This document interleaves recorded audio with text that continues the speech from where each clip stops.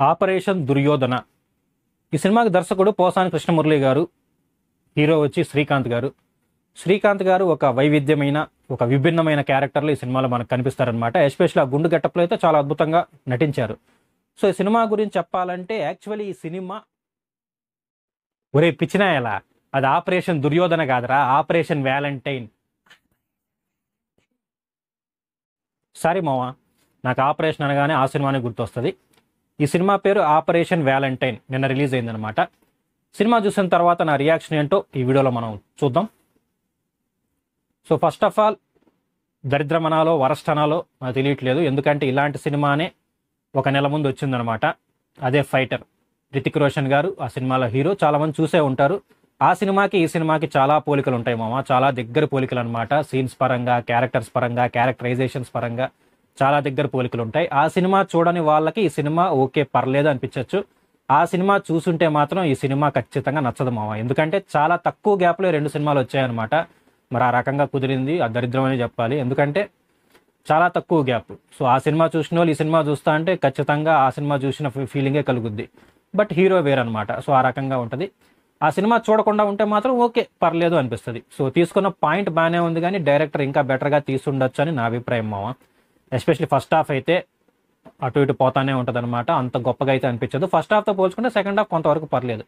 Especially ఆ last climax ఒక 15-20 minutes అయితే బాగానే ఉంది. సో ఓవరాల్గా సినిమా అయిపోయిన తర్వాత ఓకే పర్లేదు అనుకుంటూ మన థియేటర్ నుంచి బయటకు వస్తాం అనమాట.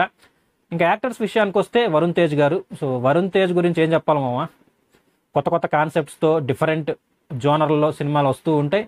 బట్ సక్సెస్ అయితే ఎక్కువ రావట్లేదు ఈ మధ్య కాలంలో. బట్ డిఫరెంట్గా ట్రై చేస్తున్నారు. దానికైతే మనం మెచ్చుకోవాల్సిందే. యాక్టింగ్ పరంగా అయితే ఆయన పర్లేదు మామ, క్యారెక్టర్కి న్యాయం చేశారని చెప్పాలి. ఇంకా హీరోయిన్ మనిషి చిల్లర్ గారు, ఆవిడ కూడా పర్లేదు అనిపించారు. ఇంకా లాట్ ఆఫ్ క్యారెక్టర్స్ ఉన్నారు మామ. అందరూ ఏదో ఉన్నారంటే ఉన్నారు. అంత గొప్ప క్యారెక్టర్లు అయితే కాదు, అంత రిజిస్టర్ అయిపోయిన క్యారెక్టర్లు అయితే కాదు మామ. ఎందుకంటే చాలా మంది మెరుపు తీగల్లాగా అలా వచ్చి వెళ్ళిపోతూ ఉంటారు. అభినవ్ గారు, నవదీప్ గారు, రుహాని శర్మ గారు, ఇంకా చాలా మంది ఉన్నారు. అలీ రేజా గారు, ఇంకా చాలా మంది ఉన్నారు. అందరూ ఏదో అలా వచ్చి అలా వెళ్ళిపోతూ ఉంటారు. బట్ మోస్ట్లీ మనకి వరుణ్ తేజే ఎక్కువ రిజిస్టర్ అవుతారనమాట. ఇంకా టెక్నికలీ సాంగ్స్ అయితే నాకు అంత గొప్పగా అనిపించలేదు మామ. బ్యాక్గ్రౌండ్ మ్యూజిక్ అయితే పర్లేదు అనిపించింది. సినిమాటోగ్రఫీ బాగానే ఉంది. విఎఫ్ఎక్స్ ఈ సినిమాలో ఇంకా బెటర్గా ఉండొచ్చు మామ. తెలిసిపోతూ ఉంటుంది అది విఎఫ్ఎక్స్ ఎంత ఘోరంగా ఉన్నాయో. సో తక్కువ బడ్జెట్లో అవగొట్టారు, కానీ ఇంకా ఎక్కువ కేర్ తీసుకుని ఉంటే బాగుండు కదా అని నా అభిప్రాయం. సో డైలాగ్స్ అయితే పర్లేదు అనిపించాయి. ఎడిటింగ్ ఇంకా బెటర్గా ఉండొచ్చు మామ, ఎస్పెషల్లీ ఫస్ట్ హాఫ్లో. ఇంకా డైరెక్టర్ శక్తి ప్రతాప్ సింగ్, ఆయన పేరు గుర్తుపెట్టుకొచ్చాను. సో తీసుకున్న పాయింట్ ఓకే, కానీ అంటే అంత గొప్ప పాయింట్ కాదు. మనం చాలా సినిమాల్లో చూసిన పాయింటే. దాని ఇంకా బెటర్ స్క్రీన్ ప్లేతో, బెటర్ రైటింగ్తో ఉంటే ఈ సినిమా బాగుండేదని నా అభిప్రాయం మామ. ఆయన దర్శకుడుగా ఓకే పర్లేదు అనిపించాడు. సో ఇంకా మీ సినిమా చూడాలా వద్దా అంటే ఓకే, ఇలాంటి కొత్తదనం కోరుకునే వాళ్ళకైతే ఈ సినిమా కొంతవరకు నచ్చచ్చు మామ. కానీ లాస్ట్ మంత్ రిలీజ్ అయిన ఫైటర్ సినిమా చూస్తుంటే మాత్రం ఈ సినిమా ఖచ్చితంగా నచ్చదు. ఎందుకంటే దానికి దీనికి చాలా దగ్గర పోలికలు ఉంటాయి.